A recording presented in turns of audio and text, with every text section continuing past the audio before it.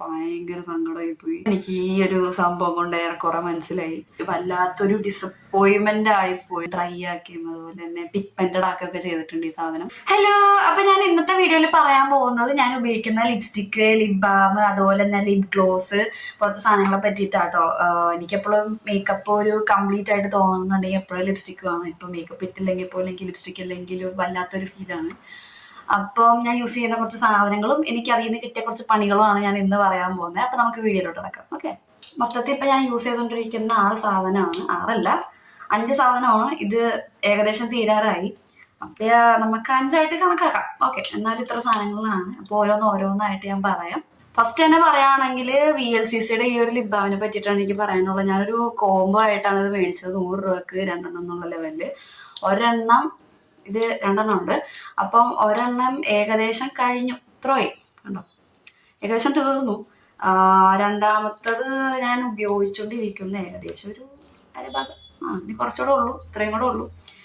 പറയുകയാണെന്നുണ്ടെങ്കിൽ അത്യാവശ്യം നല്ലൊരു ലിപ് ബാമാണ്. നിങ്ങളൊരു ബഡ്ജറ്റ് ഫ്രണ്ട്ലി ആയിട്ടുള്ള ലിപ് ബാം നോക്കുകയാണ് എന്നുണ്ടെങ്കിൽ, ഒരു 100 രൂപ കണ്ടുള്ള തന്നെ സാധനം നോക്കുകയാണെന്നുണ്ടെങ്കിൽ ഇത് നല്ലൊരു ഓപ്ഷൻ കേട്ടോ. മേടിച്ചിട്ട് റിഗ്രറ്റ് അടിപ്പിച്ച എൻ്റെ ഫസ്റ്റ് ഒരു ഐറ്റം ഉണ്ടെങ്കിൽ സ്വിസ് ബ്യൂട്ടിയുടെ ഈ ഒരു ലിപ് ലൈനറാണ്.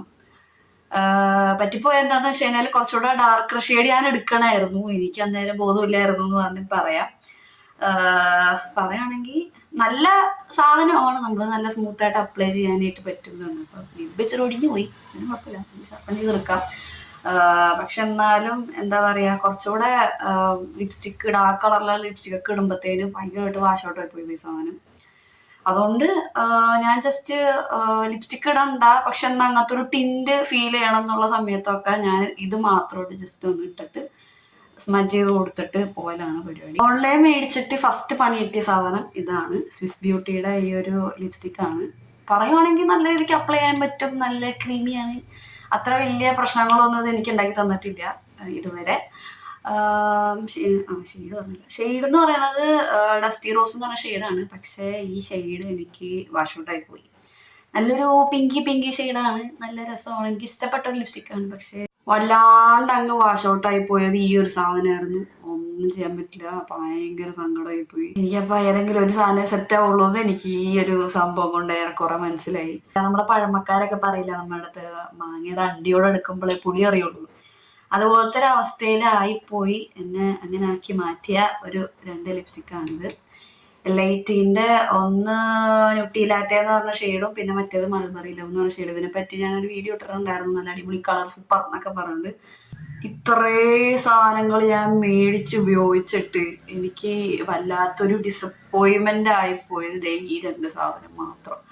കളർ വൈസ് ഒക്കെ നോക്കുകയാണെങ്കിൽ പക്ഷെ ഭയങ്കര പ്രശ്നക്കാരൻ എന്ന് പറഞ്ഞാൽ ഭയങ്കര പ്രശ്നക്കാരൻ. വേറെ ഒന്നല്ല, ഞാൻ കോളേജിൽ എന്തെങ്കിലും പ്രോഗ്രാംസ് വരുമ്പോഴോ അല്ലെങ്കിൽ പുറത്തൊക്കെ വല്ലപ്പോഴും പോകുമ്പോൾ മാത്രം ഇത് ഇടുള്ളായിരുന്നു. പക്ഷെ സാധനം യൂസ് ചെയ്ത് അത്രയും കുറച്ച് മാത്രം യൂസ് ചെയ്തിട്ട് പോലും എൻ്റെ ചുണ്ട് ഭയങ്കരമായിട്ട് അങ്ങ് ഡ്രൈ ആക്കിയും അതുപോലെ തന്നെ പിഗ്മെന്റഡ് ആക്കുകയൊക്കെ ചെയ്തിട്ടുണ്ട് ഈ സാധനം. കളർ വൈസ് നോക്കുകയാണെങ്കിൽ മാത്രമേ ഇത് അടിപൊളിയുള്ളൂ. അല്ലാണ്ട് നോക്കുകയാണെന്നുണ്ടെങ്കിൽ വാട്ടർ പ്രൂഫ് അല്ല, സ്മഡ്ജ് ആവും. പിന്നെ അതുപോലെ തന്നെ നിങ്ങൾ ഫുഡ് കഴിക്കാൻ ഏതെങ്കിലും ഫംഗ്ഷൻസിനൊക്കെ പോകണമെന്നുണ്ടെങ്കിൽ ചിലപ്പോൾ 2ാമതും 3ാമതൊക്കെ ഇത് അപ്ലൈ ചെയ്ത് നോക്കേണ്ടി വരും.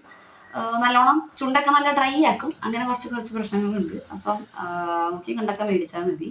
ബഡ്ജറ്റ് ഫ്രണ്ട്ലി ആണെന്നുള്ളവര് വല്ലപ്പോഴൊക്കെ ഉപയോഗിക്കുള്ളൂ എന്നുണ്ടെങ്കിൽ ഓക്കെയാണ്, അല്ലെങ്കിൽ പ്രശ്നമാണ്. ഈ ഒരു ലിപ് ഗ്ലോസ് എൻ്റെ ലൈഫിൽ ഞാൻ ആദ്യമായിട്ട് ഉപയോഗിക്കുന്ന ലിപ് ഗ്ലോസ് അല്ലേ, ഫസ്റ്റ്. പക്ഷെ ഇത്രയും കിട്ടില്ലാവുന്ന തീരെ പ്രതീക്ഷിച്ചിട്ടില്ല. എൻ്റെ ഷെയ്ഡ് വരുന്നത് റാസ്ബെറി റോസ് എന്ന് പറഞ്ഞ ഷെയ്ഡ്. കിട്ടില്ല, രക്ഷയില്ലാത്ത കളറാണ്. പറയുകയാണെന്നുണ്ടെങ്കിൽ ഇത് വാട്ടർ പ്രൂഫാണ്, സ്മച്ച് പ്രൂഫാണ്, അത്യാവശ്യം നല്ല ലോങ് ലാസ്റ്റിംഗ് ആണ്. നിങ്ങൾ ഈ ഫംഗ്ഷനൊക്കെ പോയി കഴിഞ്ഞ് ഫുഡൊക്കെ കഴിച്ച് തിരിച്ചു വന്നാലും വീട്ടിൽ വന്നാലും ഈ സാധനം ഒന്നും പോകത്തില്ല.